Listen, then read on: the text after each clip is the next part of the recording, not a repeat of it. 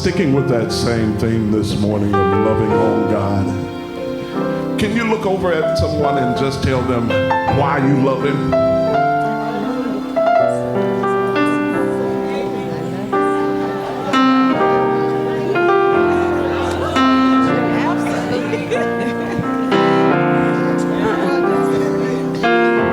Somebody said because he first loved me.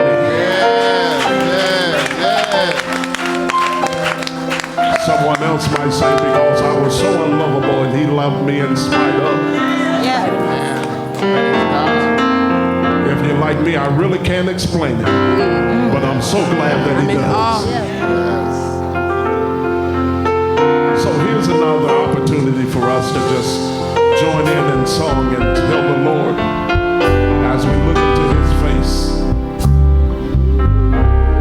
that we simply will love you back. You know, we tell each other when someone says, I love you, you tell them I love you more.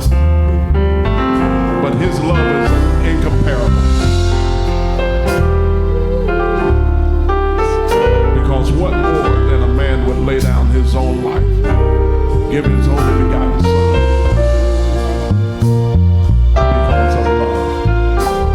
So in response this morning, we just lift our hands and say, Lord, I love you.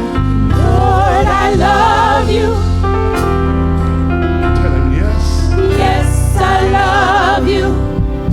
How I love you. How I love you.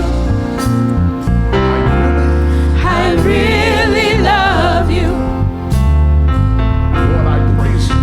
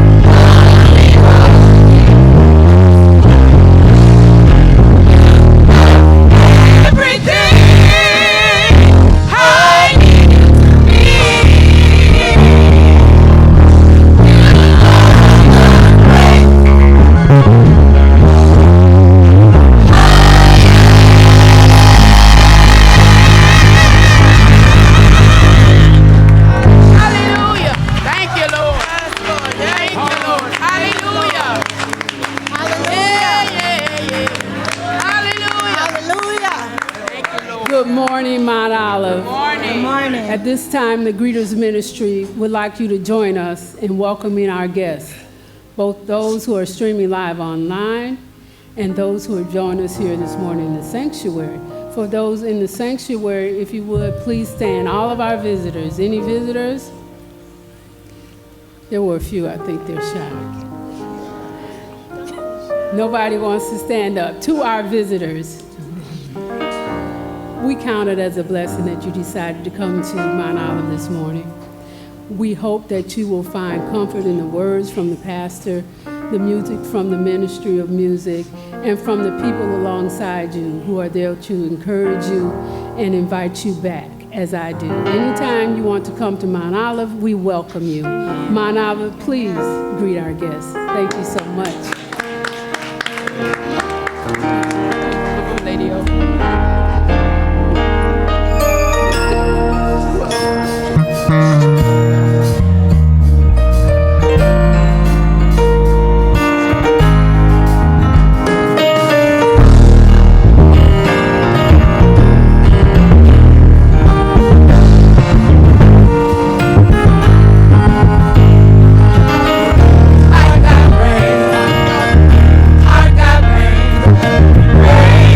Above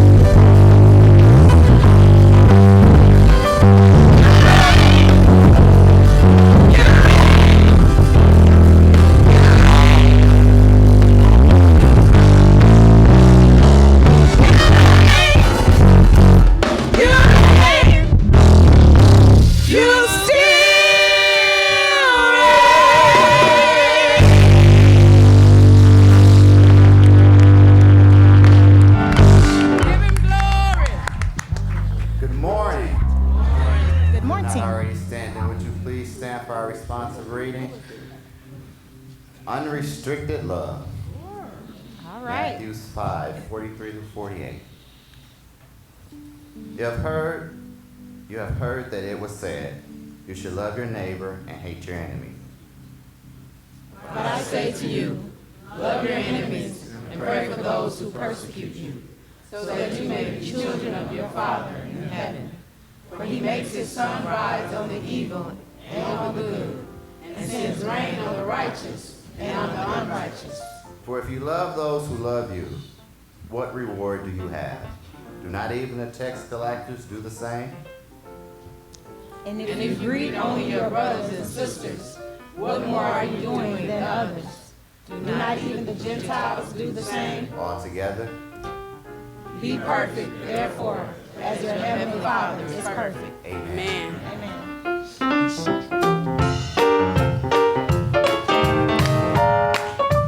Our morning hymn, if you would stand to your feet with us. It's what we all do. It's we lean on his everlasting arms.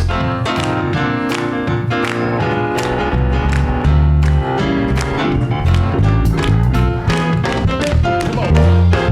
What a fellowship, what a joy divine, leaning on the everlasting arms.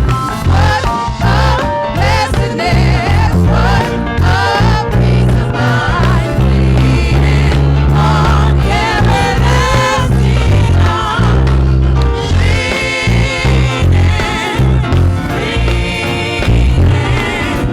Safe and secure from all around.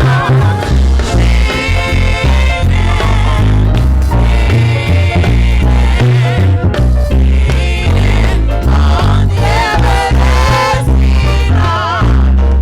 Oh, how sweet to walk in His pilgrim way. Leaning on the everlasting arm. Oh, how bright the path grows from day to day. Leaning on the everlasting arm.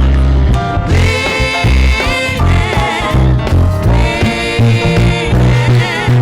safe and secure from all alarm. Leaning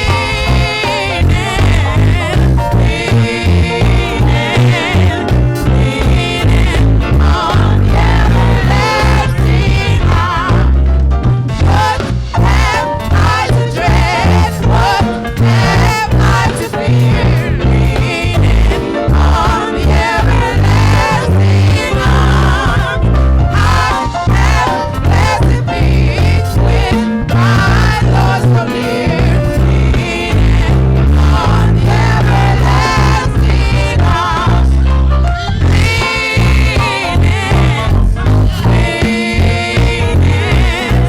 Safe and secure from all alarm.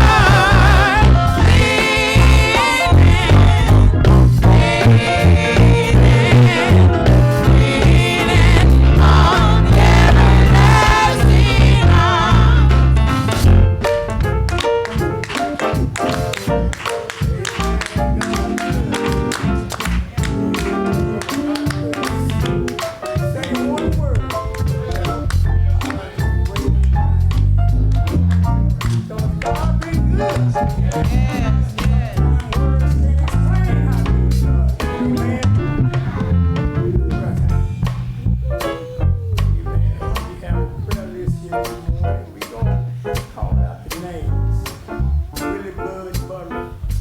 Deacon,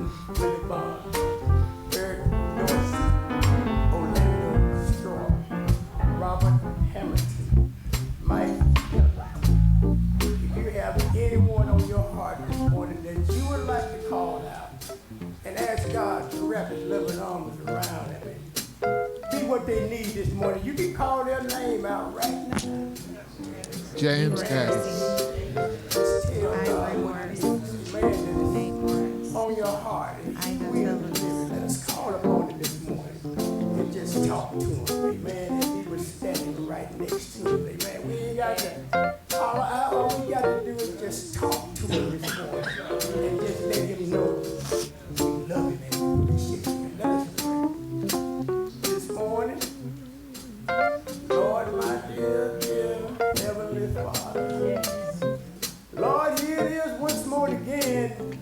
You have allowed this family to come together one more time. Yes, Lord. Father God, as we stand here this morning holding hands, Father God, we ask you, we will just wrap your loving arms completely around us. Father God, look in our heart right now, Father God, if you find anything in it that don't belong to you. Yes, God. You please move it, In the name of take it out, Yes, Lord. and sink it down in some sea of forgiveness. Father God, and don't never let it rise against us again. Father God, while we are still standing here, Father God, humbling ourselves, we want to thank you. Thank you, Lord. For being so good. Yes. Thank you for being so kind. Father Yes. God, you watched over us all night long. Father God, while we were sleeping in our bed, dear Jesus, gone on off in a dream and didn't even know we was even in the world at the time. Father God, there could have been some mean things going around us while we was asleep. But Lord, you allowed your angels to camp around side our Yes. Father God, didn't let no hurt or harm come to us. And early this morning, it was you that reached out and touched us this morning with your finger of your love and able up and got our bed one more time, Father God, and our legs in your way. It's not enough this morning when we crying out from the bottom of our heart, saying, thank you, Jesus. Thank you, Jesus. For being who you say you are. Yeah. Father God, we ask in the name of Jesus, look in the nursing home this morning. Somebody's lying on their back right now, Father God, they can't even raise their head, Father God. The tongue won't even say thank you, Jesus. Put your loving arms around them right now. Father God, it be everything that they need, Father God, because we know it could either be any one of us right now. Father God, comfort them right now. Father God, be able them to reach out and touch the hem of your garment this morning. Put your loving arms around them, Father God, the one that's going in their room, Father God, and checking on them, Father God, and doing what is necessary to be done. Yeah. Bless them right now. Bless their home. Yeah. Bless their family. Keep pouring the gift into them, Father God, they're able to do what only you can provide them to do. Father God, look at that hospital right now. Yeah. Somebody there, Father God, is so sick they can't get well. Yeah. Somebody right now, Father God, that don't even know what's wrong, Father God, that doctor is doing everything they can to try to help them. But we ask you in the name of Jesus to allow them to hold on. Just a little while longer. Give them the strength, Father God, to reach out and touch the hem of your garment right now, Father God, and be made whole. Look in on these children out there, Father God, that their parents are not taking care of their issues. Put your love arms around those little loved ones, Father God, and let them know, Father God, that you got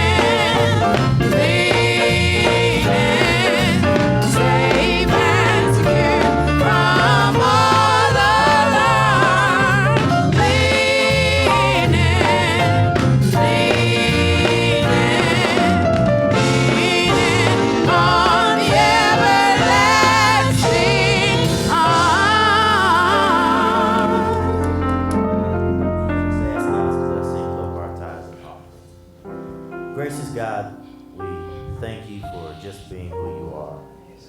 And you are faithful. You have shown yourself to be faithful for over 86 years through this body of believers. Yes, Lord.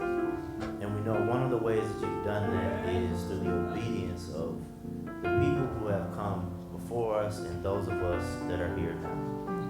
And so we come now to continue to obey you by giving of our tithes and offerings. And we thank you in advance for providing for your kingdom in this church and in this community. And keep it before us that we do our part with your resources to be a blessing to those who need it and to take care of this place that you've given us called Mama. And we thank you in advance for doing this and honoring yourself. In your son Jesus' name, amen. Amen.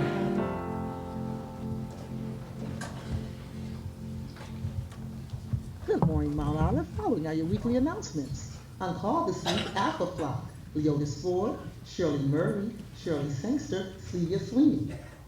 It's back to school time. School supplies donations are being accepted through September. You may drop them off in the coat room near the church office. Also, the very important Parents Ministry is helping our children and youth to thrive this school year. They have provided prayers and fruit of the Spirit based on special scriptures to fortify their minds. In keeping with the VIP mission to not let anyone feel like they're raising their children alone, we will now offer free parent consultations with our licensed professional. We will also have experienced parents to pray with, as well as to develop family plans with the goals of parents' peace of mind and the improvement of children's grades and behavior. Prayers and forms to schedule appointment days and times are available at the greeter's desk. Forms may be turned in to any VIP member. Happy school year! The last adult game night will be held in the J.P. Wilson Hall on this Friday. Mexican food night is the theme. Time is 6:30 p.m. Attention parents, Angel Choir rehearsals will be held this Saturday, August 31st at 2 o'clock p.m., Wednesday, September 4th at 5 o'clock p.m., and Saturday, September 7th at 2 o'clock p.m. New members classes will begin Tuesday, September 10th at 6 o'clock p.m. in the Laymen room, J.P. Wilson Hall. Letters have been mailed, and if you have makeup classes, please see the church office personnel for makeup days. Attention 9th through 12th grade students. Our annual free SAT and ACT workshops will begin on Wednesday, September 11th at 5 o'clock p.m. in the Laymen's room. The course will include SAT and ACT prep, Raise Me Scholarship registration, Common App, Coalition App, and Quest Bridge app assistance. Raise Me is a social enterprise focused on expanding access to higher education. Rather than waiting until the end of high school to earn scholarships, which is often too late to impact a student's college ambitions or choices, Raise Me enables students to earn scholarships throughout high school, starting as early as 9th grade, for doing all the things that best prepare them to succeed. This includes getting good grades, volunteering in the community, or participating in extracurricular activities. Common App, Coalition App, and Quest Bridge App are college applications that high school seniors can use to apply to multiple colleges under one program. Parents, please sign up at the greeter's desk after service. There are only 17 slots available, so sign your high school student up as soon as possible. A parent or guardian is also required to attend the first session on Wednesday, September 11th. Leaders, please mark your calendars. On Saturday, September 21st, the first leadership meeting will be held at 10 o'clock a.m. Prior to that meeting at 9 o'clock a.m., the trustee ministry will meet. The Alpha Flock is collecting pairs of new socks for children in all colors, sizes, and styles. Please join them in providing new socks for students for the upcoming school year. Alpha Flock has placed sock barrels throughout the building and will be collecting the donations through September 8th. If you have any questions, please see Sister Kirstine Terry and Deaconess Shirley Sangster. The Mount Olive NAACP membership drive is still underway. Deadline is approaching soon. Please see Sister Gladys Humes, Gwen Lowery, Deacon Marcelus Whitson, or Pam Whitson. We all need the NAACP. Congratulations, newlyweds, Mr. and Mrs. Corey and Kaya Tiller. They are the daughter and son-in-law of Ralph and Harriet Douglas. Congratulations, Mr. and Mrs. Tiller. Need announcement updates, important opportunity information, reminders, and or church calendar? Visit our website at www.mtoimbc.org. What is heaven like? How do we get there? What will we do there? What is the focus of heaven? How do we prepare for it? What is the alternative? Join us at noon on Tuesdays beginning September 10th as we discuss the answers to these and more questions as we discover what the Bible says about heaven. The answers will surprise us, spark our imaginations, and change the way we live.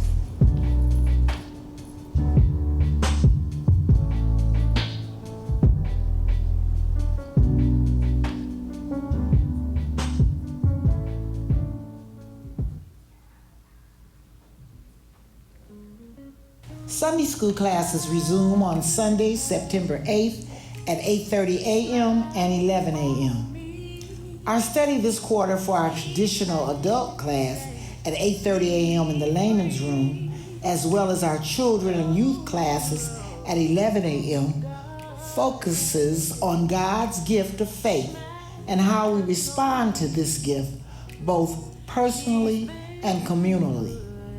Grace. It's what we crave most when our guilt is exposed. It's the very thing we are hesitant to extend when we are confronted with the guilt of others, especially when their guilt has robbed us of something we consider valuable. That is the struggle for grace. It's this struggle that makes grace more story than doctrine. It's the struggle that reminds us that grace is bigger than compassion or forgiveness. When we're on the receiving end, grace is refreshing. When it's required of us, it is often disturbing. But when correctly applied, it seems to solve just about everything. This struggle is not new. It has been going on since the beginning of creation. Join us on Sundays at 8:30 a.m. in the J.P. Wilson Hall as we dive deep into the grace of God.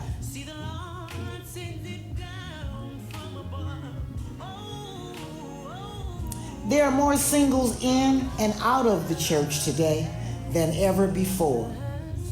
In Living Whole Without a Better Half, we will study the characters in the Hall of Faith of Hebrews chapter 11. These biblical examples show readers how to embrace singleness as an abundant life and a God-given gift, not as an unfortunate stage we should move past as quickly as possible. By examining these lives, it is revealed to us that trying to bargain with God to follow our plans and timing often keeps us from appreciating the opportunity God places in our path. Join us on Sundays at 11 a.m. in the Laymen's room as we learn biblical truths for the single life.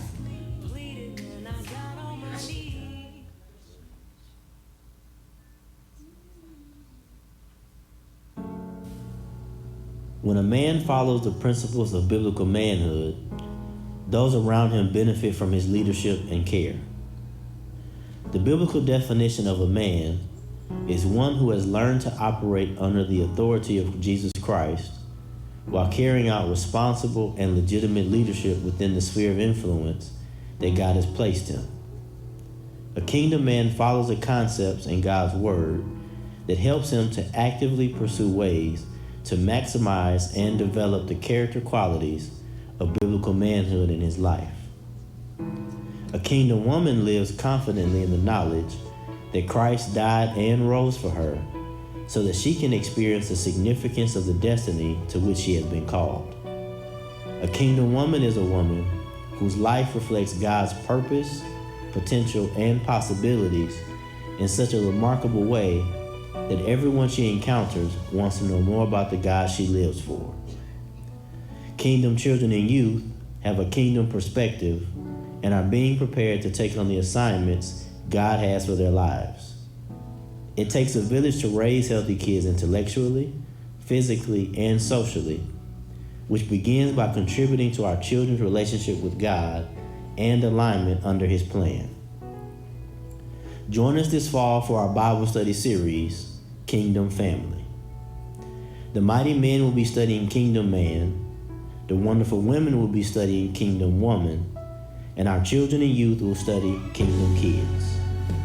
Join us on Wednesdays at 7 p.m., beginning September 11th, as we build our family's foundation according to God's blueprint for living.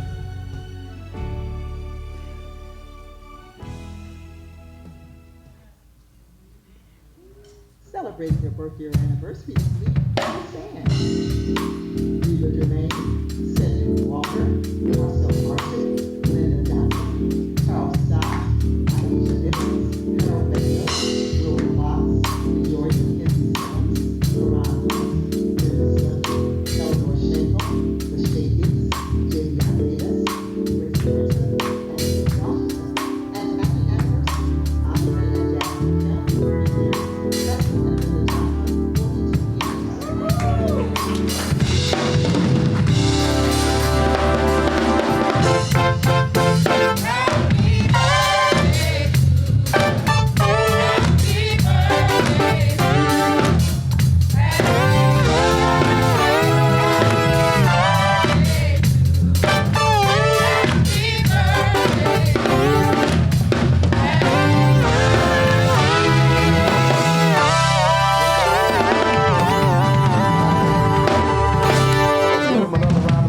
Happy birthday, happy anniversary.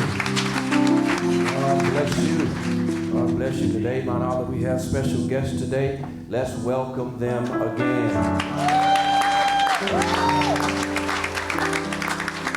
Amen.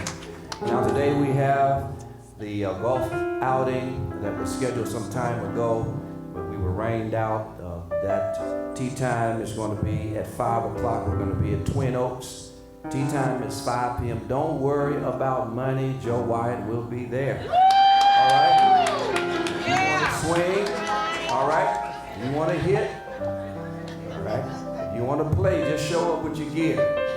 All right? And we'll make sure that you're good partner. We're looking forward to that again. Twin Oaks today at 5 p.m. This is the last week for our bowling league on Tuesday at 6 p.m. in Stardust. We've had a wonderful summer with that. Let's celebrate recreation. Amen. And so we'll be there on Tuesday evening. And don't forget to bring your dish for the potluck. So it's a potluck Tuesday. All right. Okay. All right. And then also this is the last week for Friday game night. The theme this Friday is Mexican food. So that's a great outing also. So all this eating, we're going to have to fast for the whole fall. But that's part of the fellowship. And so we've got these events going on. So please participate as you can. Another week or so, and our children will return to school, and we want them to be successful. So we want them to be successful. And so we are making the sacrifice to make sure that they have all the school supplies. And please begin to bring those school supplies to the church, and we will store them. And then I understand that we're going to assign them. We'll give them out on the first Sunday. So please, members, let's make the sacrifice, let's make the commitment to make sure that no child goes to school unprepared. They have everything. They are members of this church. They're under our watch, our care. And we want to make sure that our children have everything they need in order to have a successful school year. So let's celebrate. They're about to go back to school. And the sooner they return, the sooner the semester will end. All right? All right. And obviously, we're going to pray for them. We're going to pray for the altar, pray for them. We're going to pray for our teachers. We're going to pray for our administrators. We're going to pray that we have an impactful, successful, safe fall 2019. So let's make sure that our children have everything they need. Then the prayer call is Thursday, 6:30 a.m. And then let me also I'm just grateful to God that this day marks 29 years of preaching of the Lord Jesus Christ.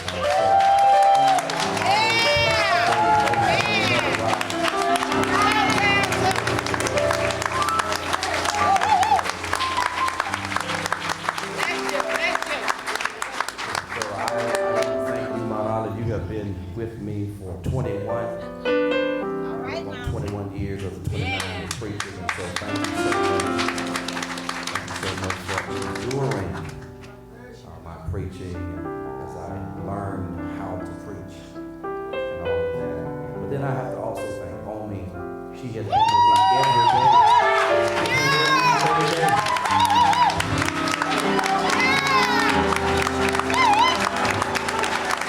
Every day.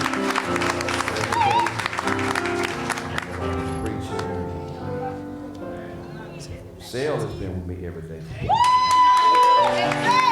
Say right behind me. I want to thank them publicly because of the nature of preparing to preach. It's more expensive than the moment of preaching. And they know about mood swings. They know about being matter of fact. They know about my looks. When I look at you, when I don't look at you. I mean, all of that stuff. Yet they have to do it gracefully. And I want to celebrate them publicly because of their pride and sacrifice.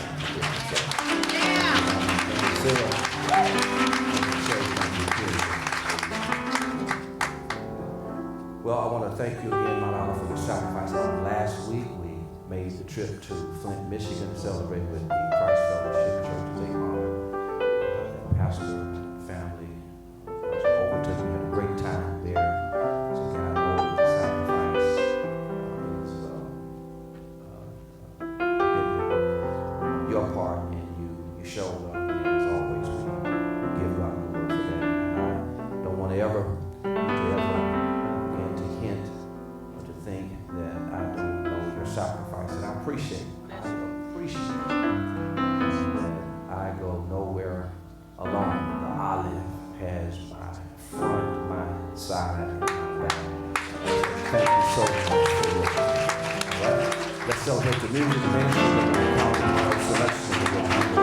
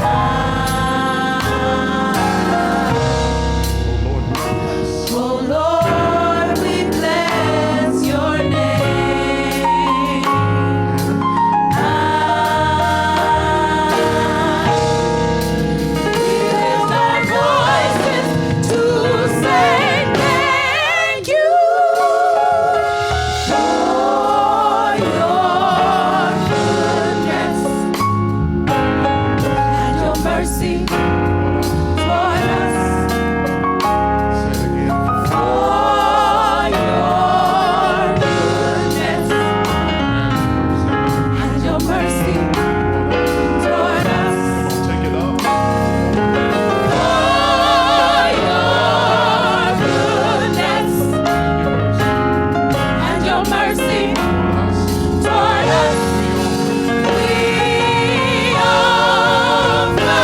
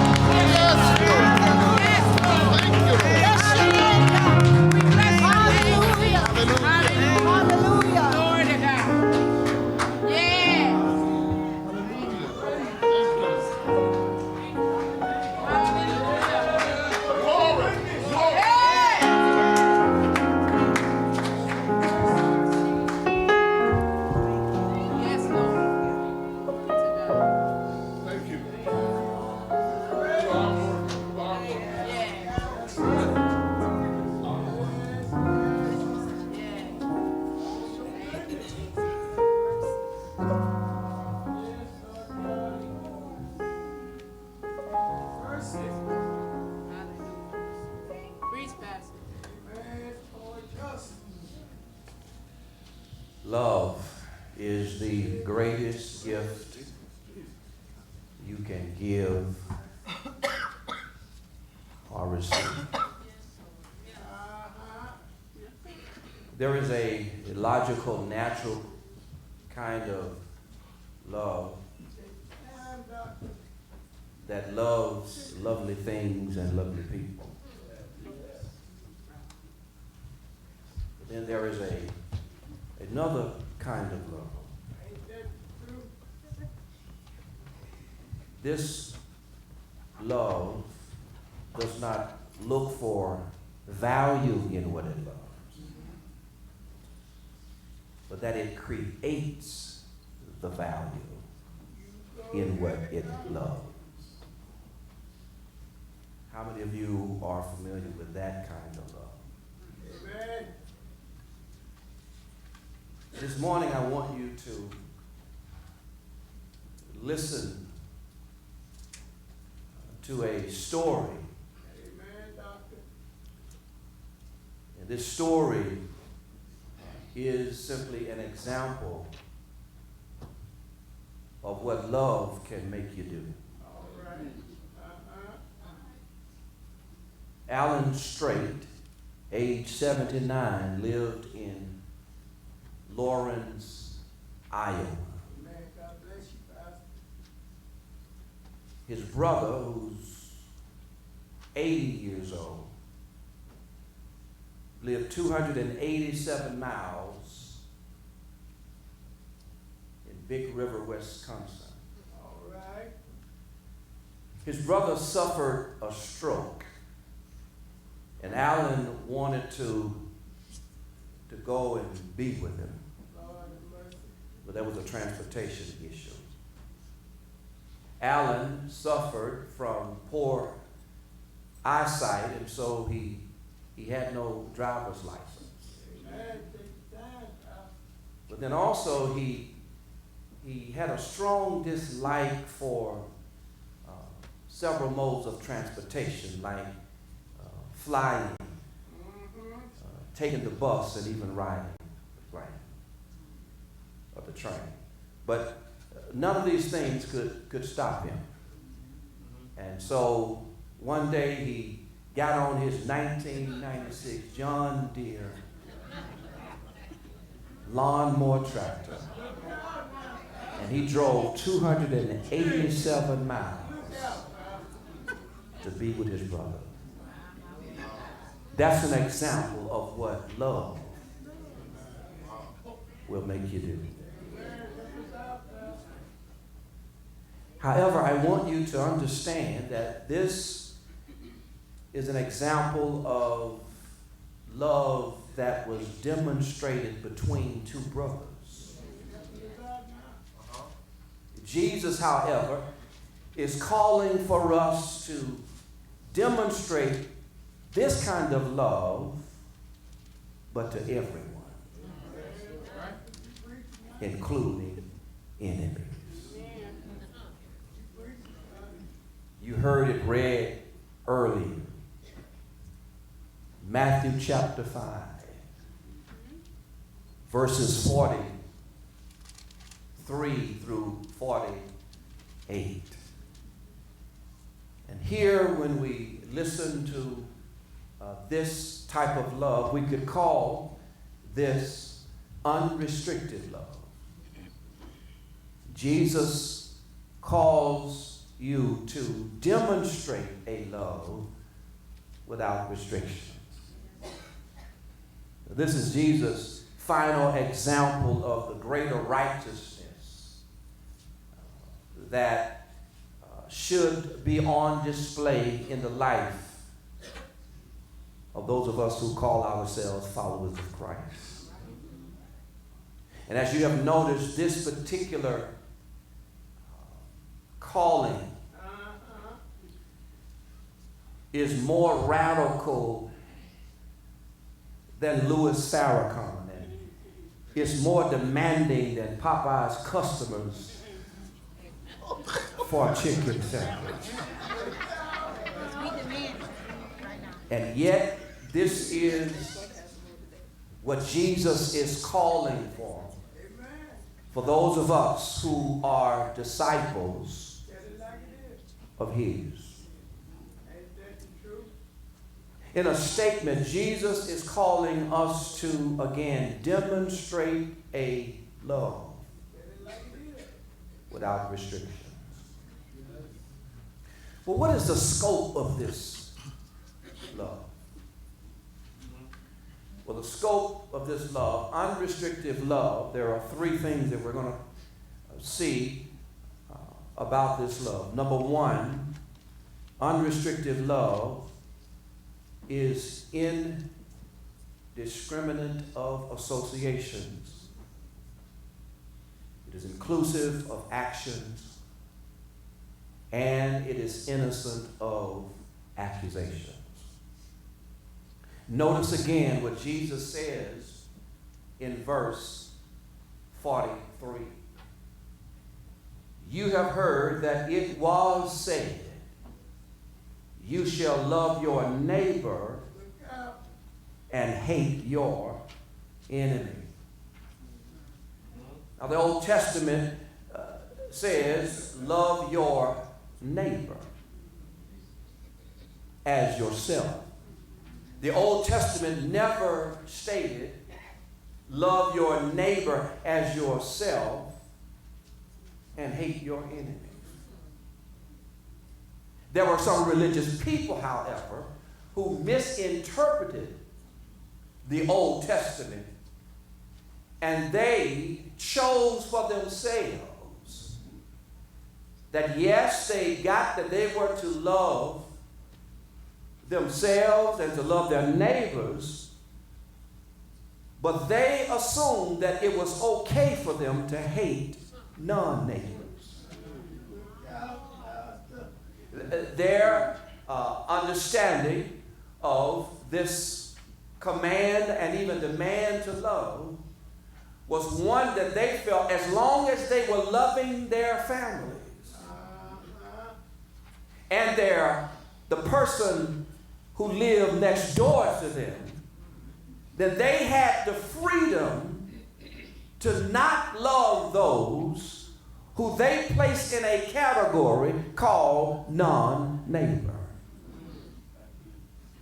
They placed individuals who were loud and obnoxious in that category. They placed people who were different, who were unlike them in this particular category. But Jesus says to us today, he says to disciples then, now, and always, that you and I cannot cherry pick who we love. Jesus says it is not okay for us to love some more and love others somewhat less. Jesus calls us to manifest the love of God in how that he loves everyone. We've been called to manifest that love in how we treat all people. And so as we come to this first explanation of unrestricted love, again, unrestricted love is indiscriminate of association. Here again, Jesus says, I know what you have heard and how you misinterpreted what you heard. But I am making it crystal clear that you are to love everyone, including your enemy. Jesus says, listen here, Jesus says, you cannot say, I'm going to love my family, I'm going to love my friends, I'm going to love those who, share the same faith that I have, and as for everybody else, whatever. Jesus says that you and I cannot approach love in this fashion. Jesus says you and I cannot discriminate as to who we are going to love and who we are not going to love. Jesus makes it crystal clear in verse 44. He says, now you, meaning y'all, all right? He says, you are to love those who are opposite of you. Which means Jesus is saying that you and I are to love those who we are at odds with in some way. Jesus is saying, listen, just because of an individual's political viewpoint, their party affiliation, who they support, he says you still got to love them. That's right. Uh-oh. Come on, I hear you. Jesus says, he says, you may disagree with their sexual orientation. That part. Come on, doctor. He says, but you got to love all people. Jesus says the tint or tone of their skin, whether it is high or low, if they have been smacked by nature or kissed by nature, he says that beside the point, you have to love everybody. Jesus says we can disagree and love one another at the same time. You sure right. That's what he is calling for. But not only is Jesus saying, listen, you are to love those who are in some way at odds with you. He says you are also to pray for those who are presenting a disposition of opposition. These are individuals who are creating stress in your life. Individuals who are creating pressure in your life. Individuals who want to grind you into the dirt every chance they get. That's what it means to pray for your enemies and pray for those who what? Persecute you. Prosecute you. Jesus says that you are to pray for them. And Jesus wants us to understand that you and I do not have a deity on a leash where we can say, sick 'em God or get 'em God. Oh no, we pray that the glory of God might be manifest in their life. That we pray that the way that they treat us will not be held against us. That we pray that they'll be blessed when they go out and when they come in. That if they are sick, that you would heal their bodies. Yes, sir. Is that the way you pray for those who have your name for breakfast, lunch, and dinner? Is that the way you pray for people who you know can't stand you, who hate your success? Sit up straight and talk to me this morning. That's what Jesus is calling for. Amen. Amen. Unrestricted love.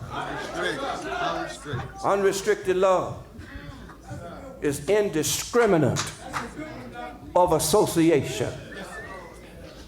Has nothing to do with who we close to, what group we are in, who we like, what we like, what we have in common with one another. Jesus says that you are to love those who have odds with you. You don't have to have odds with them, but they have odds with you. They are out to destroy you if they had the opportunity. And Jesus says you got to love them, and you got to demonstrate your authentic love for them by praying for people who prey on you.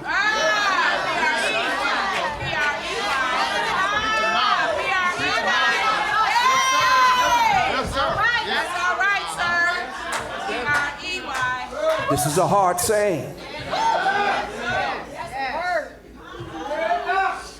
This is an example of the greater righteousness of the kingdom of heaven.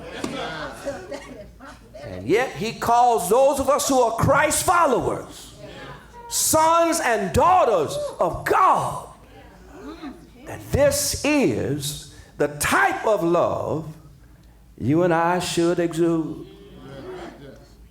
He says, now do this so that you may be children of your Father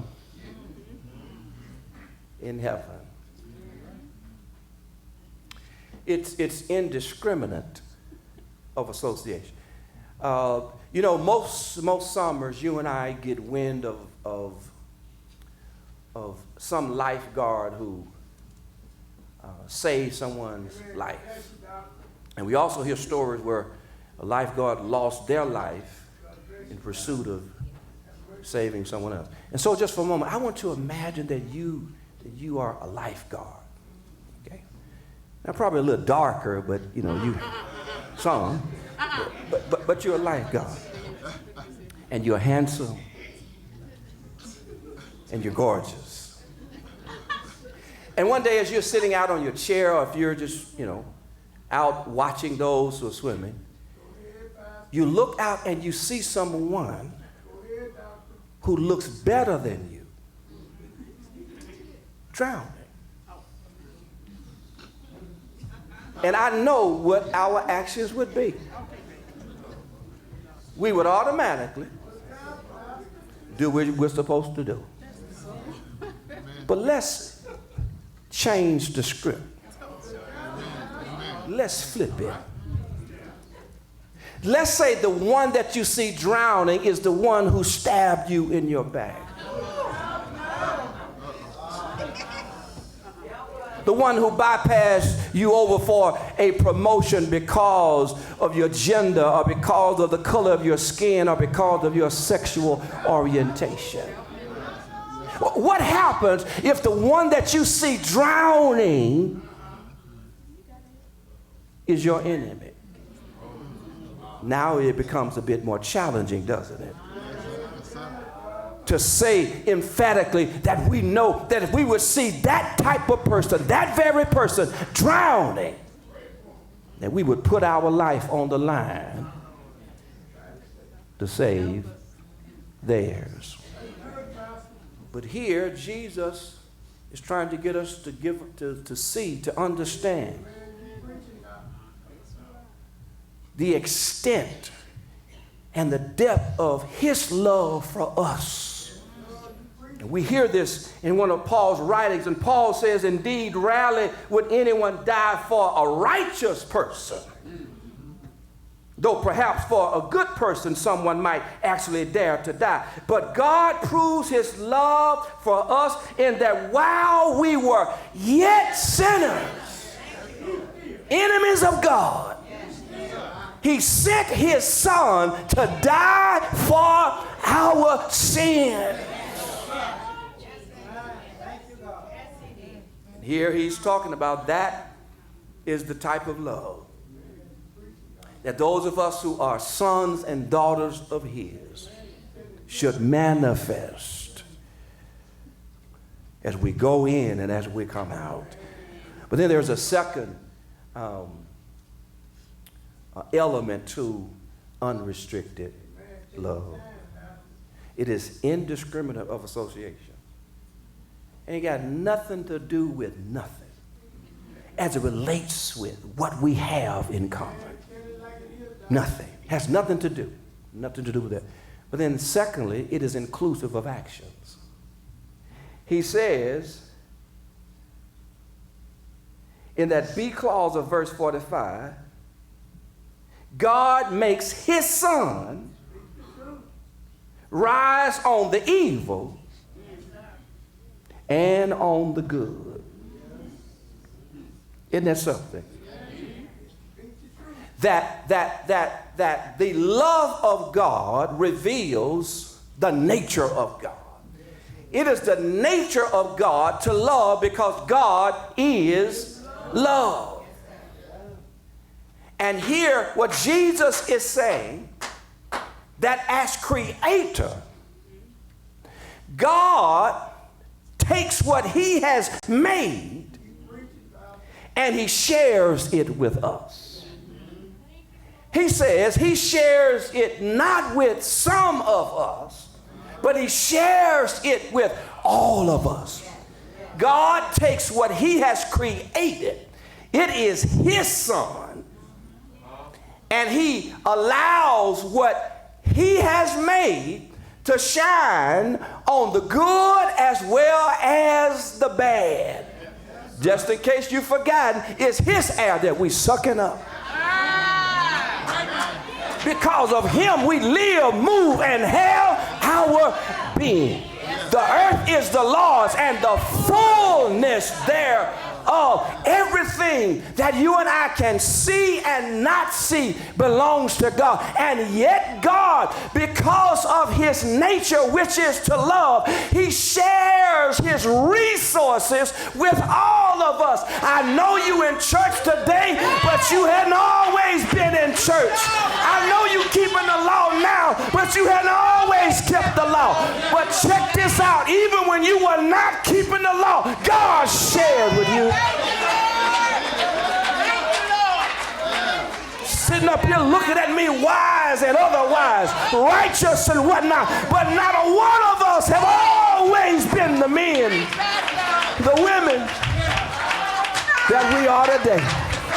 But God's love has been constant, wakes us up every morning, new mercy, orders our step, watches over every night. He's been constant.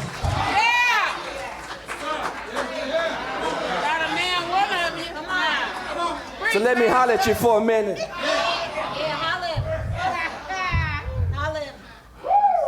Who would get some of your son if it was yours?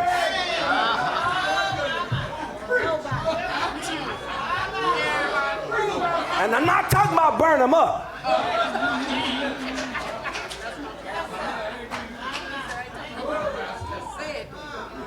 You in the house, Doc. If it belonged to you, would you share it with everyone?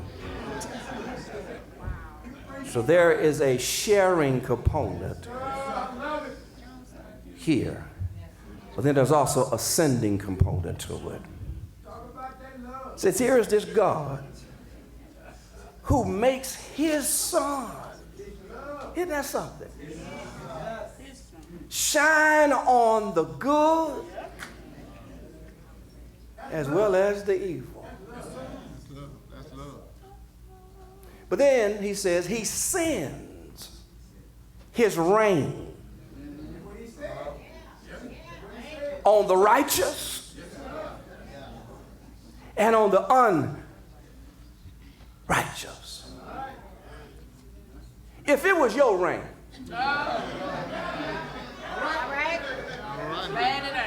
whose grass would be brown? Whose crops would flourish? If it was your rain. Who would you drown if it was your rain? Who would you make life complicated for if it was your rain? If it was your son? Who would you scotch up? Scorch up? Burn up? Who would you drown? Whose stuff would you get rid of if it was your rain?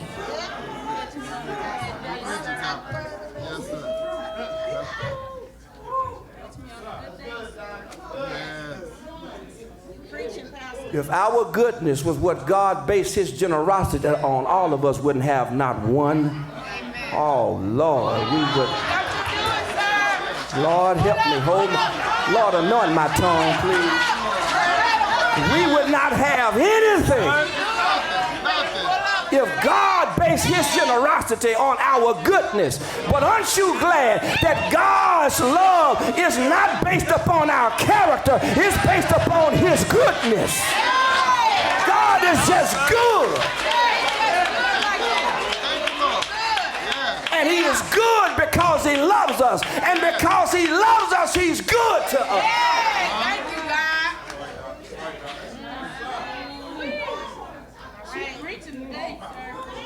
It's inclusive of actions. You know, God is always teaching us something, isn't he? Yes. And, you know, I was preparing this sermon, and this was about 2 weeks ago. I was kind of looking at it, and JT said, he said, "Oh, Pa, do you love me?" I said, "Yeah, man, I love you." He said, "Well, take me to Sky Zone then." That's funny there.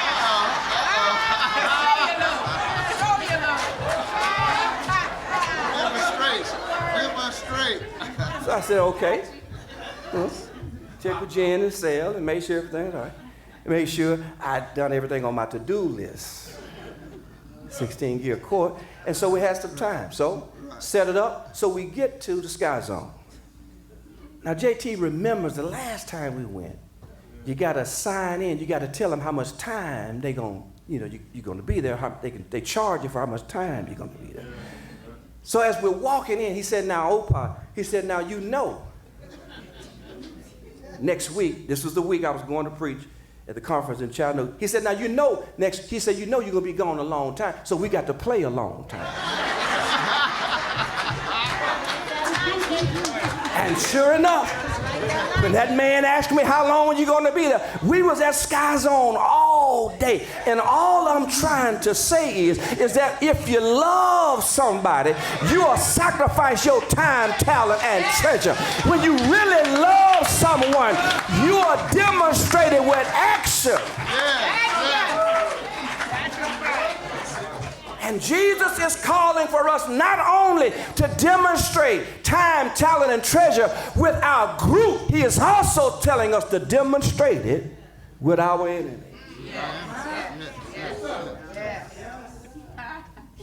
Well, there's one more aspect of unrestricted love, and this is the love that Jesus is calling for us to demonstrate. It's indiscriminate of association. It is inclusive of actions. But then lastly, it is innocent of accusations.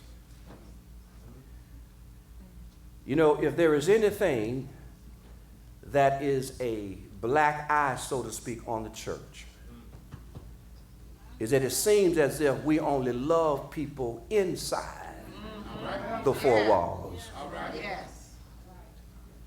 And there is much work for us to do for those who are not a part of our group.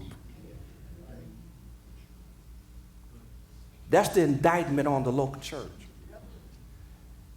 And Jesus says there ought not be any difference in how y'all love each other and how you love others who are not part of what you are a part of. It is interesting that the proverbial saying is that the people of God are to be hospitable with everyone. But to love your enemy is another level. He says, because you can feed somebody just to get rid of them. He said, but how many of you are willing to stand beside somebody until they get it right? Until their lives have been transformed by the grace of God. So here Jesus, he outlines for us. In the last part of this piece, beginning at verse 46, he says, for if you love those who love you, what is that?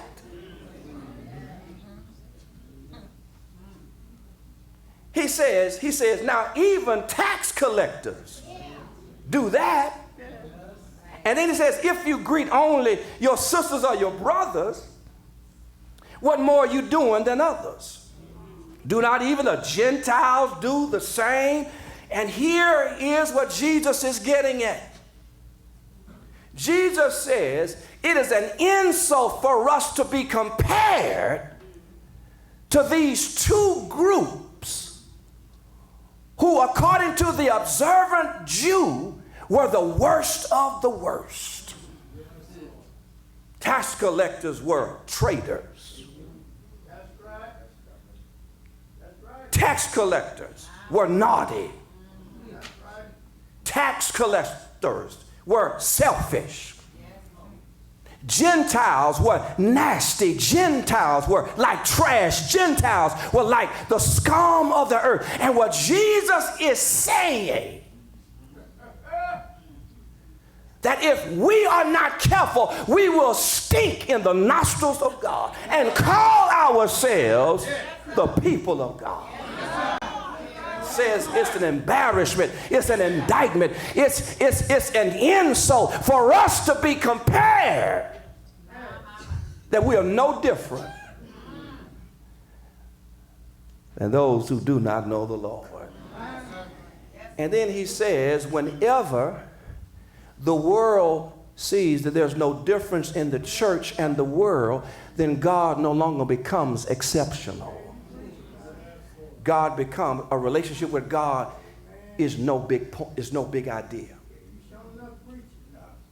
That if you got all that God in you and you only deal with certain people, then you must have a little God.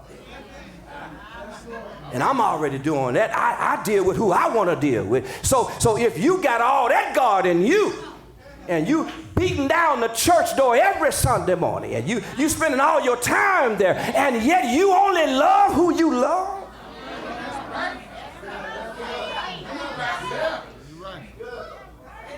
see, it's just no big deal. And so where do we get this type of love? Where does it come from? Do we utter some magical words and bam, it's there? How does this take place? You know, for the longest time, no one was able to run the mile in under 4 minutes. No one was able to do it. But then one day, a guy by the name of Bannister of England ran the 4 mile in 3 minutes, 59 seconds. And after he did it, something happened. Others would come along behind him, and one after the other, they would break that record, and somebody else would come and they would break that record, and on and on and on. And here is the principle.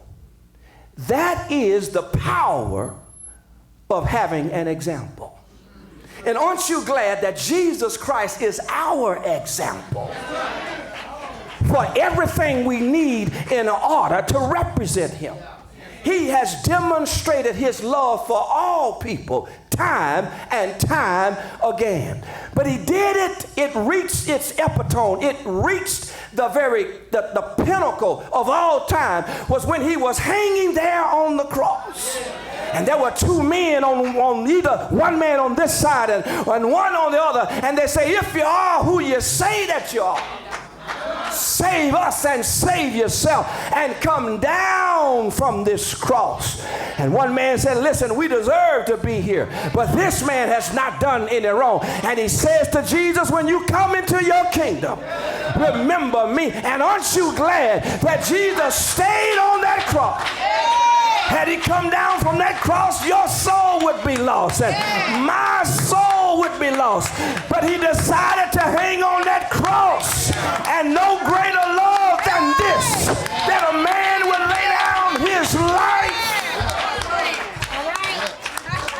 And there he demonstrated his love for us. Thank you, God. He who knew no sin was made sin that we might be declared the righteousness of God. While we were yet sinners, he died for us. He demonstrated unrestricted love. Oh, but that's not how the story ends. He died for us. But he knew we would need an example after his death. And so he only stayed dead for a couple of days. God raised him up that Sunday morning. And now he's alive. He's not just alive up there. He's not just alive out there. He's alive in here. He walks with me. He talks with me. He helps me to live. He helps me to love.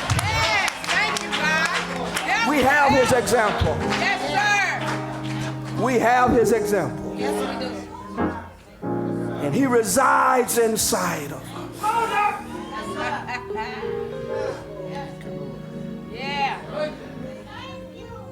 Not where I ought to be with loving my enemies, but I'm so much further along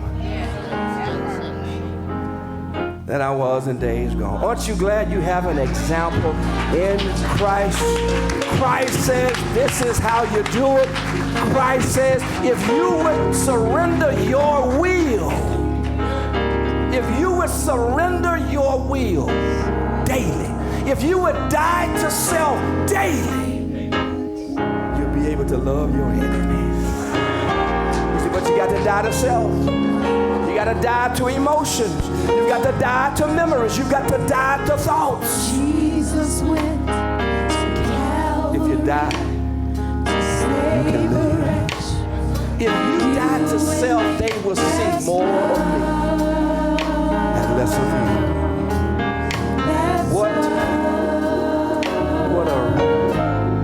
What a righteousness.